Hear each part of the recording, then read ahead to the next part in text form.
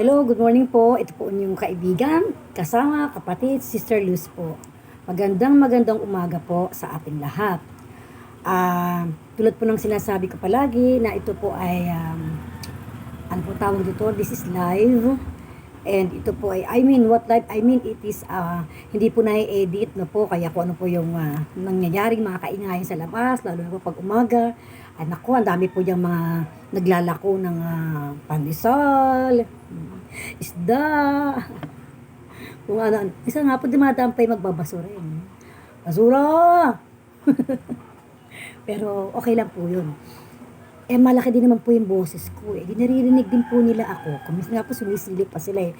Kaya pag sumisilip po sila, mas lalo kong nalalakasan ng boses ko upang sila po ay makadinig din po ng mga words of encouragement para ma-encourage din po ang iba. Kaya po tuloy-tuloy lang po tayo at kung makadinig po kayo ng ganon, sana po, pasensya na po at saka masanay na rin po kayo sa mga ganong, anong tawag doon, mga ganong background. Pandesal, isda, balot. Anyway, maraming salamat po sa lahat po na palagi ang nakikinig at nakikiisa po sa ating gawain ito. This is my ministry and this is for all. Sa lahat po ito ng gusto pong magkaroon ng kalakasan at encouragement po. Yung po pala ko sinasabi, encouragement po. Totoo po ito, encouragement. Na kahit po ako ay nakikinabang, na kahit po ako ay nabibless no po. Kasi paalala po ito eh. Hindi natin pwedeng sabihin na, okay na, alam ko na. Opo, I respect, alam na po natin. Pero iba pa rin po yung nare-refresh po tayo, di po ba? Ngayon po, pag-uusapan pa natin ay tungkol sa isang sitwasyon na kinakailangan natin malagpasan ang lahat ng mga kabigatan ito, ang lahat ng mga pagsubok sa buhay po. Pero bago po tayo magsimula na ating pag-uusapan, tayo po na ay manalangin. Aming Ama sa langit, maraming salamat sa lahat ng kabutihan na ginagawa mo sa buhay namin. Maraming salamat po, Panginoon, sa panibagong umaga, panibagong araw, na puno na naman, Panginoon, ng iyong pag-ibig, pag-asa, at encouragement sa aming lahat. Panginoon, kami po ay lumalapit sa iyo. We humble ourselves and we lift you up in our lives na ikaw lamang at tanging ikaw lamang ang may kapangyarihan at kakayanan upang kami ay manatiling mabuhay ng mapayapa at masaya dito sa mundo. In spite of this crisis na nangyayari sa salibutan, sa buong salibutan, hayaan mo, Panginoon, na kami po ay makapakinig na yung mga salita, hindi lamang dito, kundi sa iba't ibang kaparaanan, na kami po ay makakapakinig ng iyong mga salitang buhay na magbibigay buhay sa aming buhay. Panginoon, kung ano po nakikita mo sa aming isip, sa aming damdamin, sa aming puso, na magiging hadlang sa aming pakikinig sa iyo, ito po ay aming pinapalayas at binababa sa pangalan mo, Jesus, in Jesus' name. Tanging ikaw lamang aming papakinggan. At Panginoon, itago mo po ang iyong lingkod. Bagamat ako po ang nangungusap, alam ko po na ikaw ang tunay na nagsasalita at ako po ay magpapatianod lamang sa iyong Holy Spirit nang ako rin po ay nakikinig at napagpapala. Ikaw lamang ang maihayag, ikaw lamang ang maparangalan. Hallelujah. Maraming salamat po. At ibinabalik po namin sa iyo ang pinakamataas na masasalamat, papupuri, at ang aming tunay na pagsamba ay tanging sa pangalan mo lamang, Jesus, na aming Panginoong Diyos tagapagligtas. Amen. Amen. Hello po ulit. Ayan po, meron po tayong background, yung pong tumitila-tilaok. Ano po, pag umaga no po. Kahit nga po anong oras, kasi diyan po sa labasan namin, marami po diyang manukan po. Background po natin yan po. Anyway, meron po tayong pamagat na kasiyahan, kaligayahan, joyfulness, happiness. Parang sa pamagat pa lang, parang nare-refresh na po tayo. Sa pamagat pa lang, parang wow, mukhang sasaya tayo, no? So, hango po itong ating babasahing talata sa ating pong Biblia, Tagalog version po. Pwede po kayo makipagsabay sa akin or English man po yung meron kayo. Basta po ito po yung ating babasahin po ng sabay-sabay sa Filipos chapter 4 verse 11 or sa English po Philippians po chapter 4 verse 11. Again, Filipos 4:11. Sabi po dito, hindi ko sinasabi ito dahil ako'y nangangailangan pagkat natutuhan ko nang maging masaya ano man ang aking kalagayan. Ulitin ka po. Filipos chapter 4 verse 11. Hindi ko sinasabi dahil ako'y nangangailangan pagkat natutunan ko nang masiyahan ano man ang aking kalagayan. Amen. O ang Panginoon ang magbigay na kapahayagan sa kanyang mga salita ngayong umaga. In Jesus' name. Amen. So, bilang paninimula po, ang sabi po dito, tayo daw pong mga tao sa mundo na ito ay umaasa tayo kung ano yung maibibigay ng mundo sa atin. O, practical, maraming taong nalulungkot sa iba't ibang kadahilanan, kabiguan, frustrations, failures, sa iba't ibang mga kadahilanan po. So may mga tao na kapag po nagkakaganon, ang tendency po ay nagtutwist sila o nagsuswitch sila sa mga bagay na ikasasaya nila. Yung iba po nakikipag-jamming na lang sa kaibigan, iba naman po ay pumabarkada, iba naman po kumukuha po ng kasiyahan sa gabi. Yung po sila po ay napapunta sa iba't ibang mga lugar upang sila po ay sumaya. Po, ang iba naman po ay kumukuha din po ng kasiyahan sa pag-inom ng mga nakakalasing na inumin upang sila daw po ay makalimot at makatulog na po. Pero alam naman natin na pag nagising muli sila, ay naroon uli ang problema. Hindi naman po nawawala, nakakalimot lang po sila. Pero nandun pa rin po at hindi po kumbaga ang sakit ay namamanhid lang sa pain reliever. Pero ang sakit nandyan pa din. Pag lumipas yung sakit or anesthesia, bumabalik muli ang kirot at sakit. Po, kasi po bakit? Dahil tayo po ay sumasandig sa libutan na ito na pabago-bago at walang katiyakang solusyon. Po, kaya ang mundo ay nagpapatuloy na itaguyod niya yung mga tao o itaguyod niya yung mga bagay-bagay na kanilang ino-offer sa mundo upang makapagbigay saya sa buhay ng tao. Po, at alam naman natin that all these things are all temporary. Alam niyo po, palagi tayong inuulan ng mga paghihikayat, no? Paghihikayat ng mga mas bago at mas mabubuting bagay na nagbibigay kasiyahan sa ating mga buhay kung magkakaroon lamang tayo ng mga ito. Diba? Palagi po tayo nga hinihikayat ng merong mga mas bago at mas magkakaroon tayo nito upang tayo daw ay sumaya. Alam niyo po, kung pakikinggan lang natin ang mundo, ito pong mundo ito, kung dito lang tayo makikinig at dito tayo magko-conform sa mga sa mundo natin na ito, na po, at lagi natin ikino-compare ang ating buhay sa pamumuhay ng ibang tao. Halimbawa, naku, mabuti pa siya, maasenso. Naku, mabuti pa siya, may work pa siya. Naku, mabuti pa sila, nakapag-abroad na, ganda na ng buhay. Bakit kaya ako? Kaya na po, nagsisimula na po tayo mag-compare. So, ano nangyayari? Kino-compare natin ating sarili sa mga bagay, sa mga tao na hinahangaan natin. No? Ngayon, habang kino-compare natin ang ating mga sarili sa mga bagay at mga tao na higit sa atin, ang tingin po natin sa ating sarili tayo ay paliit ng palit at pababa ng pababa. Ano po? Lagi natin ay kino-compare o ay kinukumpara sa ibang tao ang uri ng ating pamumuhay. Po. At pati na ating mga ari-arian kung ano ba yung meron sila at wala tayo. At pagka po ganun, ang ating punto sa buhay ay ang mangyayari po rin ay kahit kailan hindi po tayo magkakaroon ng kasiyahan sa buhay. Palagi po tayo may comparison.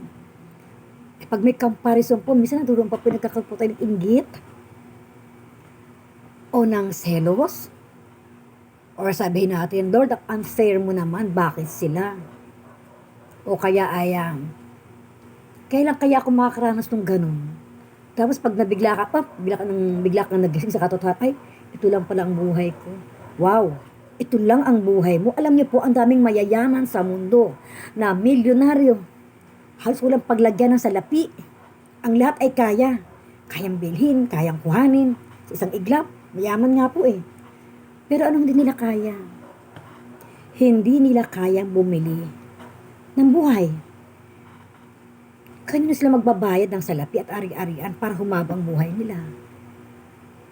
Sila nga yung mga hindi nakakatulog kasi napakadami nilang mga inaasikaso at iniintindi. Imagine po. May biro nga po, di ba, may mga jokes. Yung mag-hire ka ng mga tao para tagabilang ng pera mo. O sabi mo, ako na. Pag nalaglag ang pera, oops, marumi na yan. At ano pa, ipinapaypay ang mga pera. Alam niyo po, ang mga bagay na ito, hindi naman po masamang maging mayaman. Hindi po masamang umasenso. Kaya lang po, sabi nga is the money the root of all evils? No.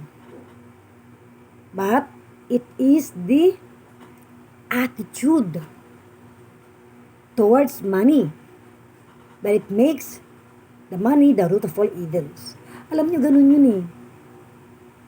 Hindi po ba ang pera ay pagpapala? Hindi po ba ang mga properties ay pagpapala kung ating unang-una ipagpasalamat sa Panginoon at sa lahat ng gagawin natin? Laging una ang Diyos. And that makes God glorified. Alam niyo po yun? Kaya hindi ito maganting compare tayo ng compare sa ibang tao ng ating buhay. Pagkatapos lalo natin nakikita na tayo ay kawawa. Wawa naman, wawa. Pero hindi po ganun. Dahil iba't iba ang pagkakalikha ng Diyos sa atin. Ibinigay po niya sa panimula pa lang ang magagandang bagay. In creation, no, in God's creation ng ating sanlibutan, lahat naman maganda. Di po ba sinasabi niya yun sa first day anong ginawa, second day, hanggang sa sixth day. Naglikha po siya ng iba't ibang bagay. Pero ang ikapito ay kanya pinagpahinga. Pero kada araw na nakakalikha siya, ang kanya pong sinasabi ay, and it was good. It was good. So maganda. Ano po ang nangyari? Bakit naging ito sa libutan natin? Na po? Dahil din po ito sa atin, mga tao. Kaya huwag tayong maninisi ng Diyos. Huwag nating sisihin si Pedro, si Juan. Huwag nating sisihin even the government. Kasi meron naman tayong sariling isip. Imbis na tayo ay komento ng komento, tayo po ay mag-isip ng mga bagay na pwede nating magawa sa ikauunlad. Kailangan nagkakaisa. Ang problema, gusto mo makipagkaisa, may ayaw naman makipag-cooperate. So, nagiging problema po. So, pagka po naging complicated na po ang mga bagay-bagay na po. At tayo ay hindi na nasisiyahan. Tayo ay nagsisisiyahan po. So, ngunit kung ang ating kasiyahan daw, kung ang ating kasiyahan ayon sa Biblia po, ay nagmumula sa ating kaugnayan, no? Sa ating Panginoong Jesus, walang anumang bagay na makapagpabago nito. I mean, kung ang ating joy ay nagmumula, ibig sabihin dahil sa ating relasyon sa Panginoon, yung ibig sabihin ng relasyon sa Panginoon, yung hindi siya nawala sa isip at puso natin. Okay, araw-araw we are occupied, no, by our daily routine. Nagtatrabaho, nagluluto, naglalaba, lahat. Marami naman. Siyempre may ginagawa iba't ibang bagay. Pag-meeting. Pero hindi, it doesn't mean na habang may kausap ka ibang tao, yes sir, Jesus. Kingalaba tayo, Jesus. Hindi naman po ganun. Isa naman pong exaggerasyon. Ang ibig pong sabihin, sa lahat ng gagawin natin, we must always consider the Lord. Consult the Lord. Pag may naka-meeting ka, or may mga suggestions, anong sinasabi? Sige, pag-pray natin yan. Bago tayo gumawa sa buong maghapon, sa umaga, paggising tayo, ay ano ginagawa po natin? Facebook. Hindi po masama. Pero dapat po, ginagamit din natin ang ating mga Facebook o ating mga gadgets, po, sa mga bagay na makalulugod din sa ating Panginoon at sa ating kapwa. Huwag na po natin gamitin ang ating mga cellphone para po tayo ay mang-away, po, magparinig, makipagsagutan, nakikipagbalit-taktakan sa ibang tao. So yung mga nakakabasa, sino kayang kaaway nito? Oh, magtatanong naman siya magtatanong siya sa kaibigan niya, sino kaaway ni ganito? O, sino umaway sa kanya? Kung minsan naman ang ibang komento, nagigasulsul pa.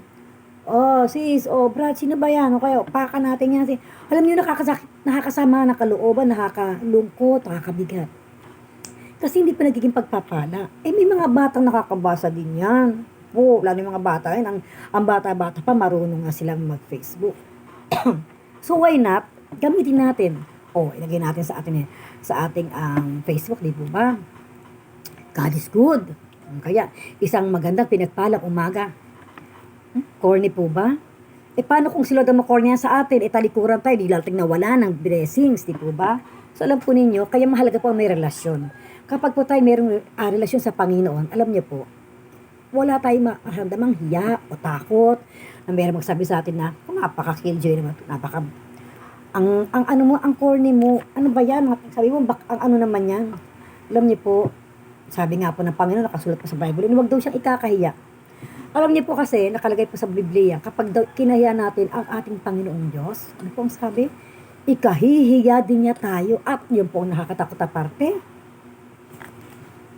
Kapag kinahiya tayo ng Diyos, edi, walay na tayo.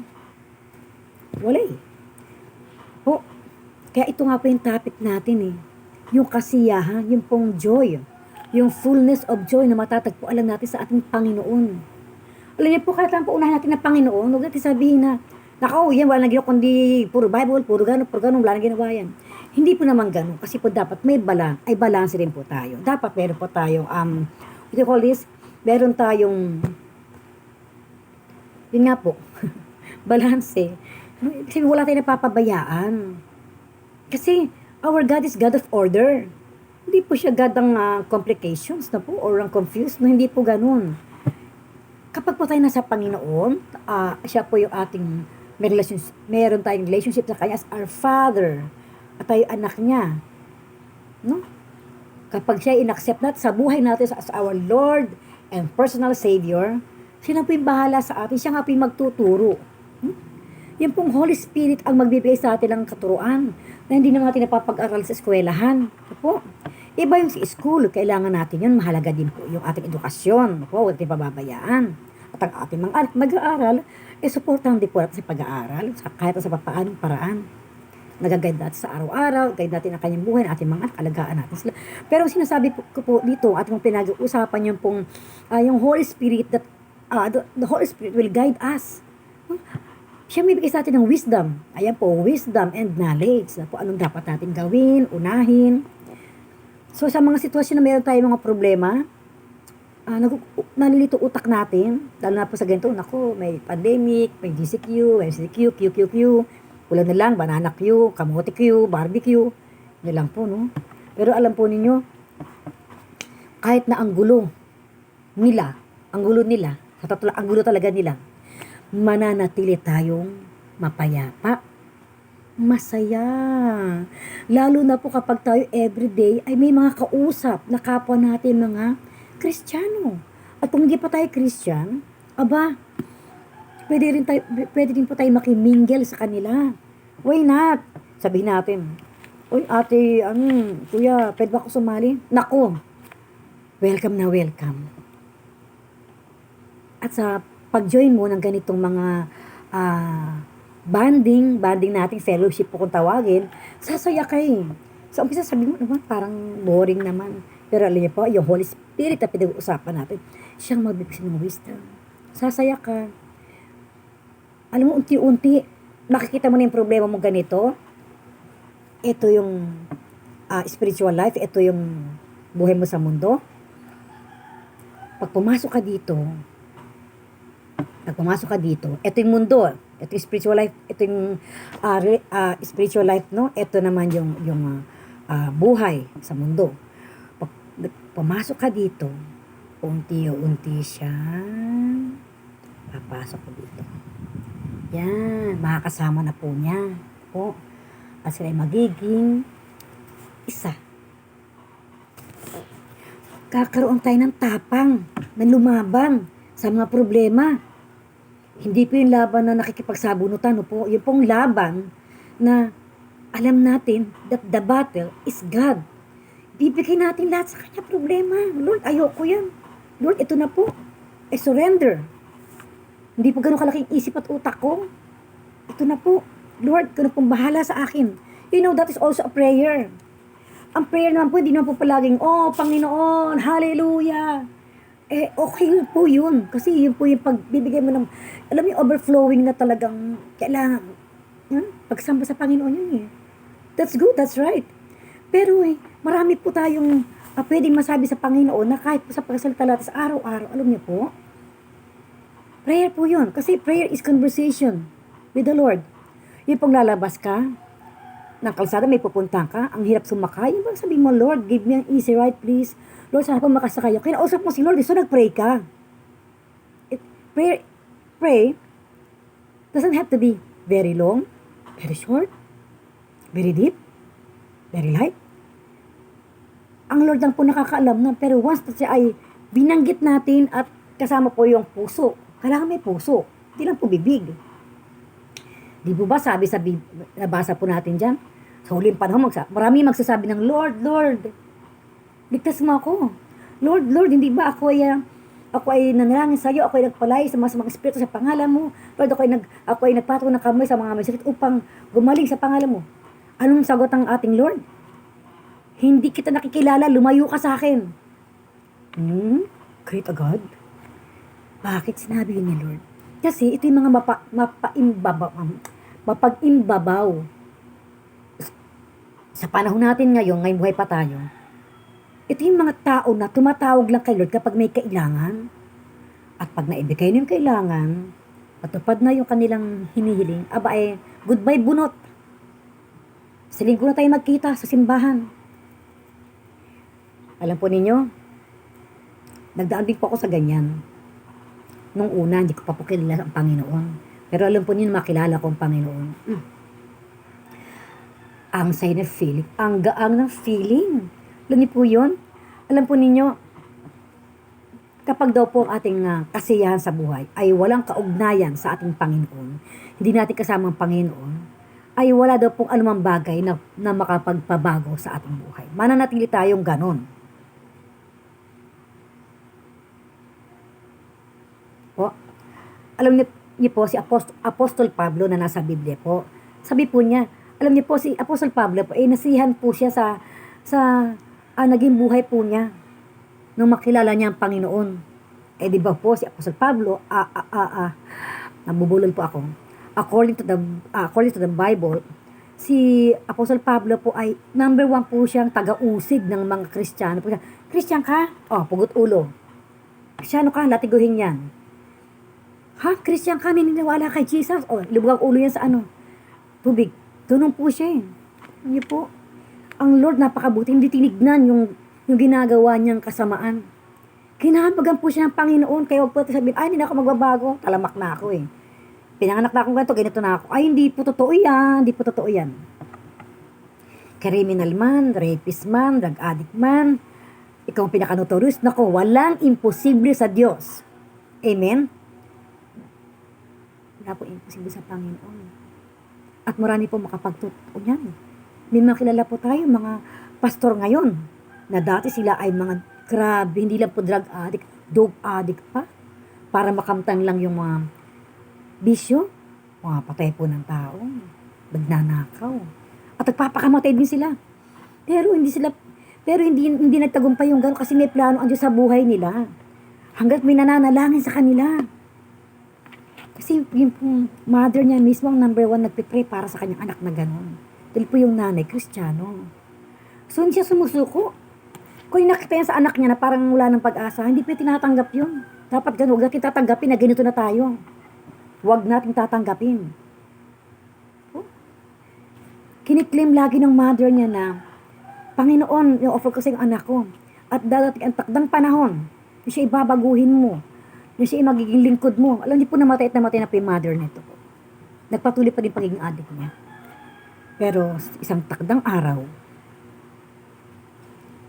ay tumanggap ang adik na ito kay Lord Jesus as his Savior. At siya po ay nagsimula na pong magbasa ng Bible, manalangin, sumama sa mga fellowship, sa mga gatherings. Siya po ay nabago. Ano po, nakasulat pa sa Bible yan, kapag po tayo tumanggap sa Panginoon as our Lord and Savior, tayo po ay mababago. Yung mga bagay natin kayang baguhin sa buhay natin, ito po ay babago. Lalo yung mga malungkutin, laging galit, laging wala sa kondisyon. Kaya nga po yung pamagat natin, kasiyahan. Joy, joyfulness.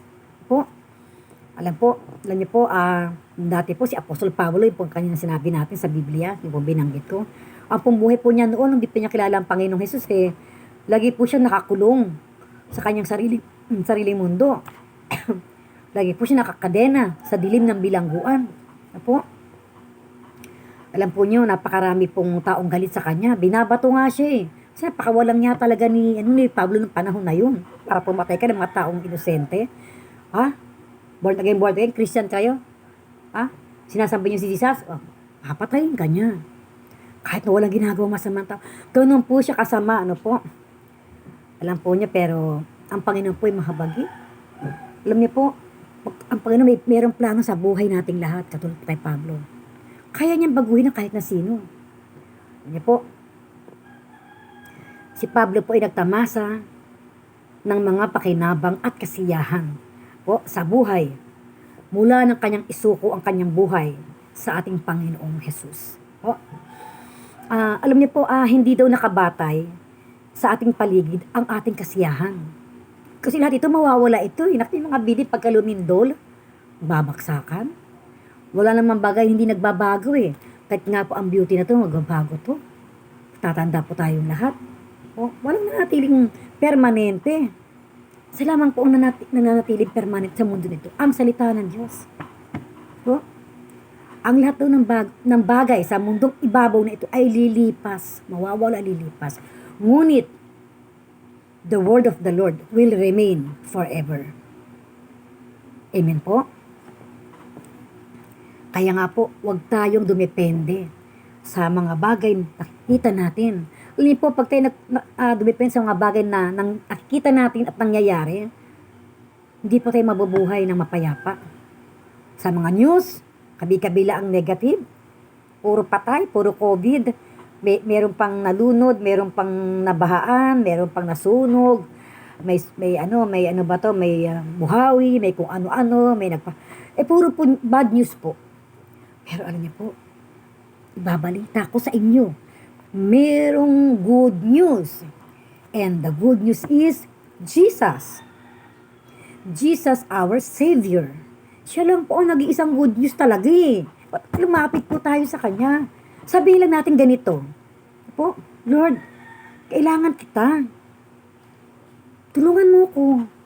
Baguhin mo ang buhay ko. Alam niyo po, ang kasiyahan daw ay nagpapalaya sa atin. Diba?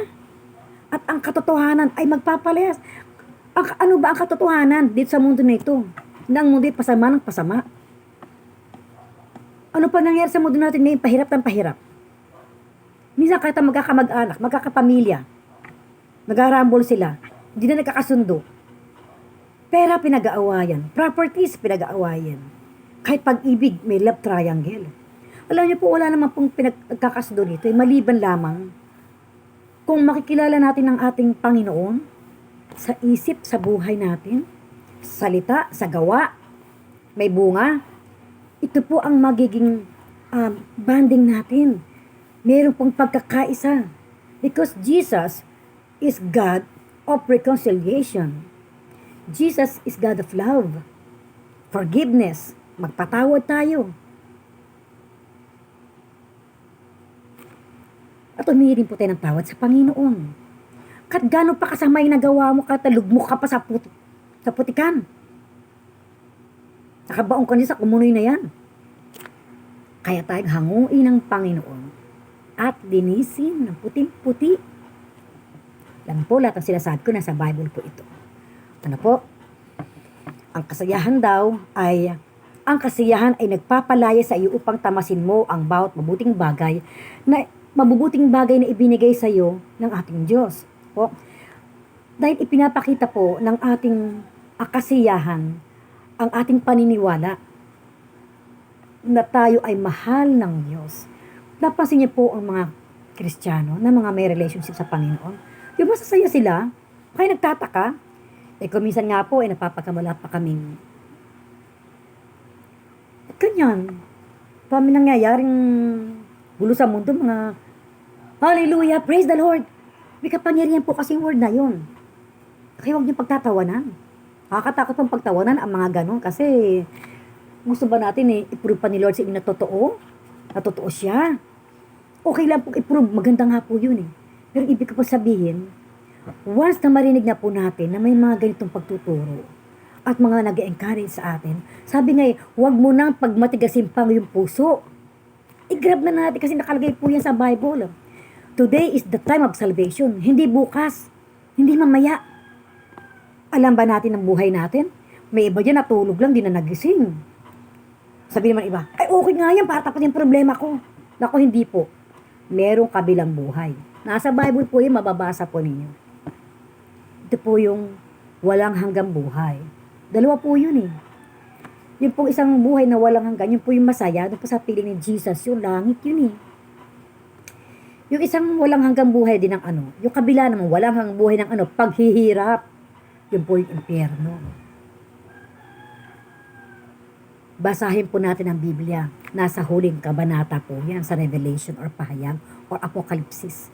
Doon po natin mababasa ang mga bagay-bagay po doon sa langit, impyerno. Po, mahal tayo ng Diyos, mahal tayo ng Panginoon, at ang ibibigay niya sa atin, mga mabubuting bagay lang ipapaisip niya sa atin. Yung nakaka-bless, yung mga lalabas sa bibig natin, mga nakaka-bless lang. Hindi nakakadurog ng puso ng ibang tao, hindi nakamamatay. Ayun, dila, ang liit lang parte ng katawan natin. Liit lang niya, di ba? Pero ito yung pinakamatindi. Naalala ko tuloy biglang natuklaw ka, di ba? Tagdilat. Kakamatay po yun, di ba? Ganun din sa tao Kaya lang po, hindi literal. Kasi wala namatay kamandag. Ang tao po, nagsalita po ng masama. Yung pong napagsalita niya ng masama, yung pong nakarinig pwedeng mawala ng pag-asa. Pag ininsulta mo, minura mo. Di po ba? Kasi ang dilang nagbibigay ng pagpapala. Kapag, God bless you.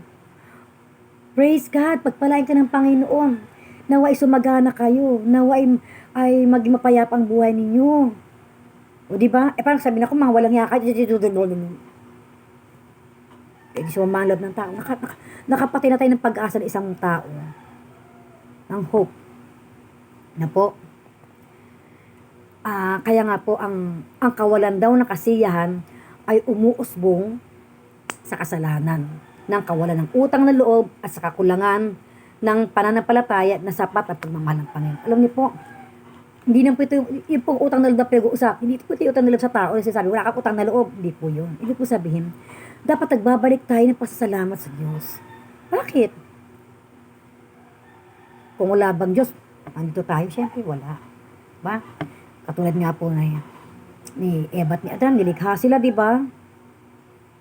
At maraming mga bagay na ibinigay sa kanilang kasaganaan.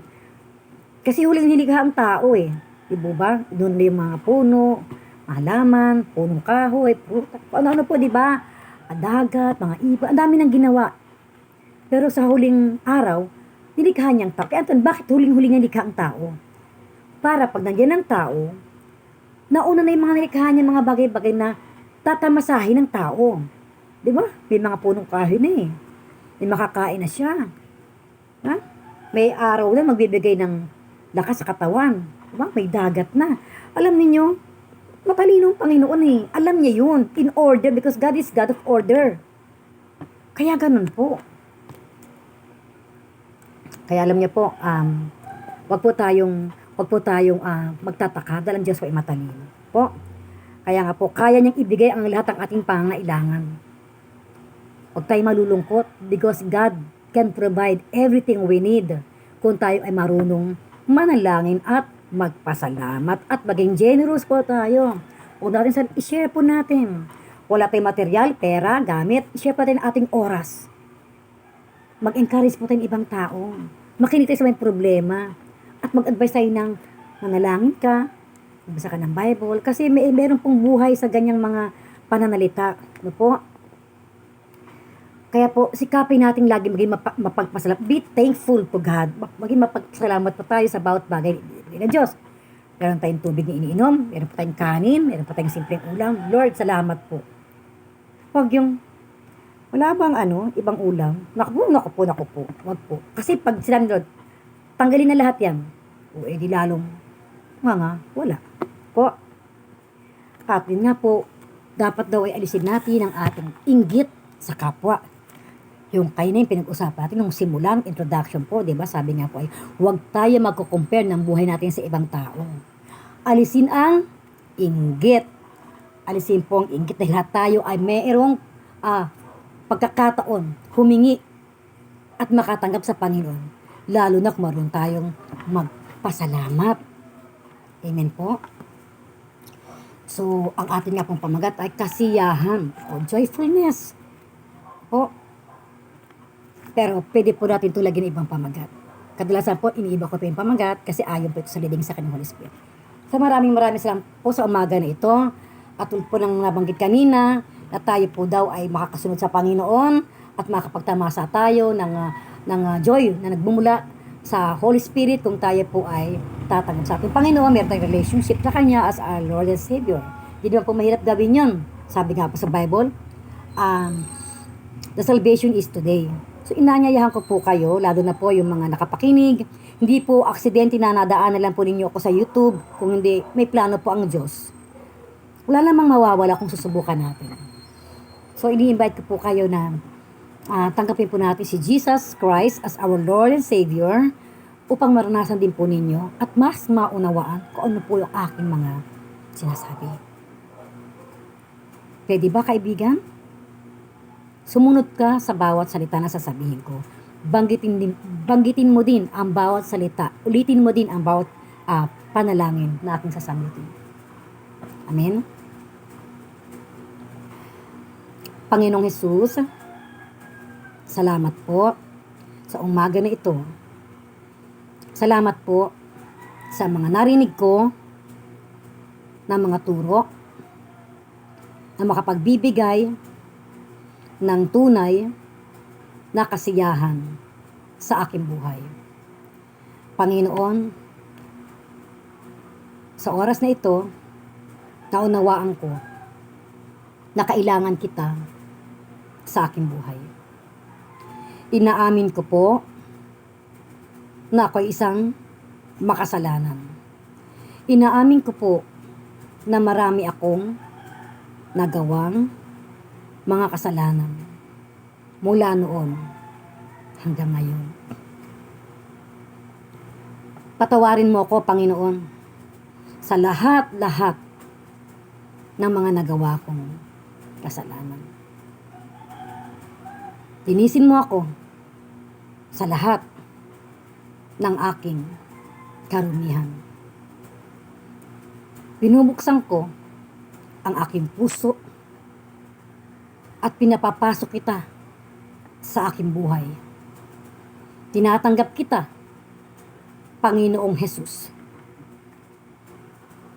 bilang aking Panginoon at sariling tagapagligtas. Ikaw na po ang manguna sa aking buhay, ngayon at magpakailanman. Maraming salamat po sa kapatawaran ng aking kasalanan. Magpakahayag ka po sa aking buhay. Ibig pa kitang makilala at maranasan. Maraming salamat po sa pangalan mo, Jesus. Amen. Praise God! Hallelujah! Naku, happy birthday sa'yo, kapatid. Ngayon ay birthday mo, spiritual birthday mo ngayon. Pagpecha ngayon, no? Iba po yung birthday natin na totoo, yung po ating biological birth, at iba pa rin po yung ating spiritual birth. binabati kita. Ikaw ngayon, welcome to the family of God. So, maraming salamat po sa lahat ng tumanggap. To God be the glory.